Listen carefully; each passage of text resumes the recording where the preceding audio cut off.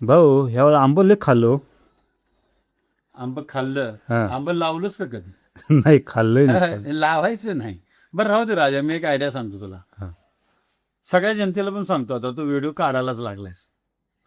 आपण गाडीमधनं प्रवास करत असताना कोणती फळं खायची, पण खाल्लेल्या फळाच्या बिया टाकायच्या नाहीत. मग कोळी असू दे, काय असू दे, काय असू दे. आणि ती टाकायची कुठं माहिती आहे का? जी समज आता घाटातनं चाललोय, घाटात खाली टाकून द्यायची. जिथं माती दिसते ना तिथं टाकून द्यायची. काय होते, ते बिया आहेत ना सुकत्यात, पूर्ण सुकत्यात अशा पूर्ण उन्हामध्ये. आणि पाऊस पडला की त्या रुजू होत्यात आणि तिथं झाड तयार होते. म्हणजे फुकटच आंबे झाडं लागली की नाही.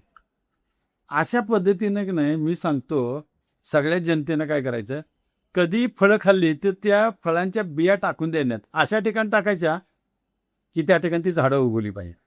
ऑटोमॅटिकच होतं, साधं गणित आहे. बघा करून. अशी झाडं लावल्यागत आनंद पण वाटेल.